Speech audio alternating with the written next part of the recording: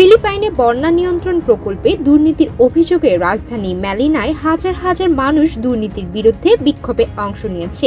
রোববার সকালে লুনেটা পার্কে অনুষ্ঠিত এই বিক্ষোভে প্রায় ১৩,০০০ মানুষ জড়ো হন। বন্যা নিয়ন্ত্রণ প্রকল্পে দুর্নীতির ঘটনার ক্ষোভে ফেটে পড়েন জনতা।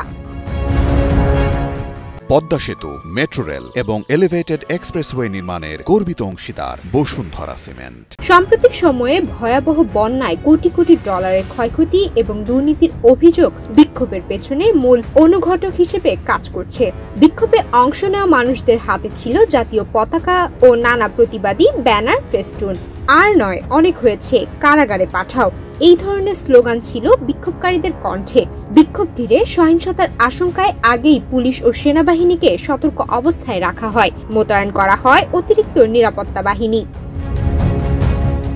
এক ছাত্র আন্দোলন কর্মী বলেন, আমরা দরিদ্রের মাঝে ডুবে আছি, অথচ তারা আমাদের করের টাকায় বিলাসবহুল গাড়ি কেনে বিদেশ ভ্রমণ করে।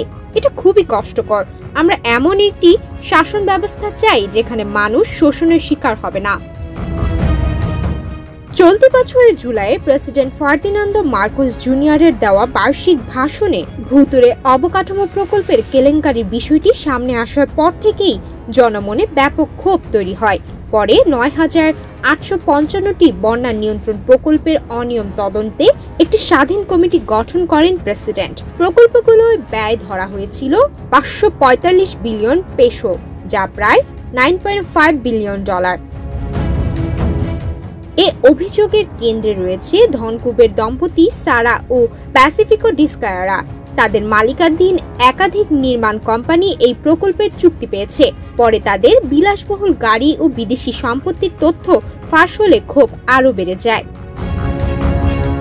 প্রেসিডেন্ট মার্কোস বলেন, এই কেলেঙ্কারির বিরুদ্ধে জনগণের ক্ষোভ যৌক্তিক, তবে আমি সবাইকে শান্তিপূর্ণভাবে বিক্ষোভ করার আহ্বান জানাচ্ছি। একই সঙ্গে তিনি সেনাবাহিনীকে সতর্ক থাকার নির্দেশ দিয়েছেন বলে জানান। দক্ষিণ পূর্ব এশিয়ায় ইন্দোনেশিয়া সহ আরও কয়েকটি দেশে চলমান বিক্ষোভের প্রেক্ষাপটে ফিলিপাইনের এই আন্দোলনকে আঞ্চলিক দুর্নীতি বিরোধী গণ আন্দোলনের অংশ হিসেবে দেখছেন বিশ্লেষকেরা। সুমায়া মিতু, বাংলাদেশ প্রতিদিন।